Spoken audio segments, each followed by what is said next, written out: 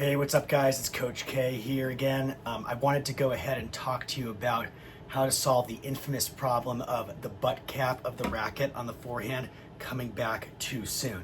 And I want to address that. First of all, I don't think this is a colossal issue since there are a lot of great players, especially on the women's tour like Osaka and Madison Keys, where the butt cap of the racket does come through a little bit soon and they have great forehands. Also, back just like 5-10 years ago, there were some great forehands where the butt cap led a little bit early, like Robin Soderling, and there was also Jeremy Chardy from France. They had the same quote-unquote issue, but their forehands were great. However, all things being equal, you don't want to have the butt cap lead too early on the forehand. So I know some people, as I mentioned, do have the butt cap lead early, but just from a science perspective, you're going to get more power and you're going to get more spin if the butt cap does not lead too soon on the forehand.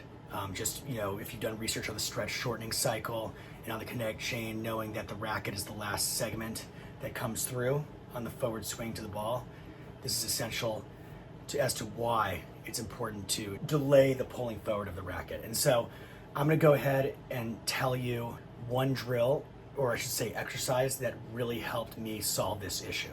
So here I am in the gym. I'm grabbing a 5-pound dumbbell, and you can see here that I'm working on allowing the dumbbell to go down and to my right.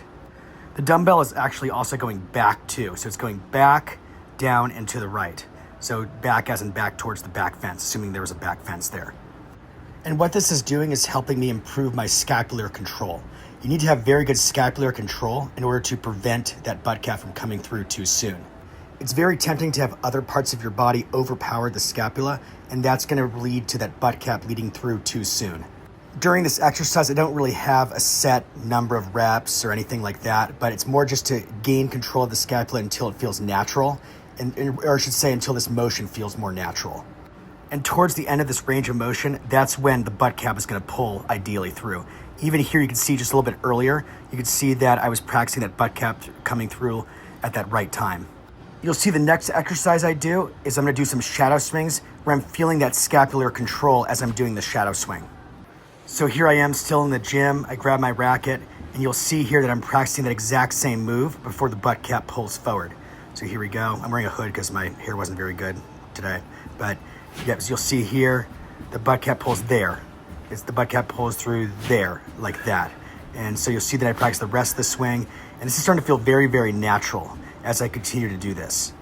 Now I'm gonna go on the tennis court and do some drop feeds here. I'm just gonna go ahead and videotape just one solid drop feed I did. I did plenty, but I just wanna videotape one where I did a very good job of this. So you'll see here I'm working on the scapular control. There's the pull, the delayed pull right there.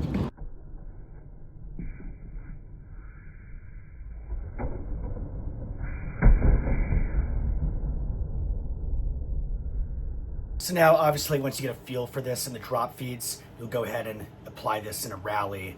You can even use the ball machine first, if you have access to a ball machine, or hit against the wall before you go into live balls, like rallies, and then points. And honestly, after doing these 3 progressions, like, my forehand felt way more natural right away. I didn't really need to hit on the ball machine for another 2 hours to really get the feel down. It just made total sense to my body at that point. So you'll see a lot of coaches out there where they try to restrict the backswing or restrict the butt cap from coming through too soon. They'll do these drills where it's like you're gonna hold your forearm and go like this and hit, or you're gonna have a wall right here, and you stand with the back against the back wall so your racket can't hit the back wall. The problem with that is all you're doing is you're fixing, or quote unquote fixing, the symptom, but you're not fixing the cause of the problem. This actually might make your forehand worse, because it's very essential in the forehand to have your elbow and your hand coming to the left for a little bit. And now I know there's some different styles out there, right? Like there's Del Potro, where it's more, the racket's more flipped up like this, and there's Sinner, where it's more like this. But this does need to happen. Even if it's for a split second, you need to feel that shoulder blade being used into that part of the backswing in order to get power, because it's essentially one of the segments of that figure 8 motion that you need. So the problem here is by doing those overrated drills where you're holding the forearm, or you have the wall to your back and all that, you may lose that sensation of that elbow going to the left. So you may be so fixated on not having your racket, for example, hit that wall, that you may just develop kind of just a handsy forehand like this, where you're really losing that feeling like there. So it can actually make things worse. So hope this helps, guys. Give this a try, especially if you have this issue and you want to optimize your forehand to the best as possible of your abilities. And for those of you that don't follow my channel that closely, I'm still doing forehand online lessons for $59, serve online lessons for $59, and a combination of both strokes for $99. You can just Venmo me or send me, through Zelle, and then you'll send the videos and I'll give you a full breakdown. All right, see you guys soon and hope you enjoyed the video.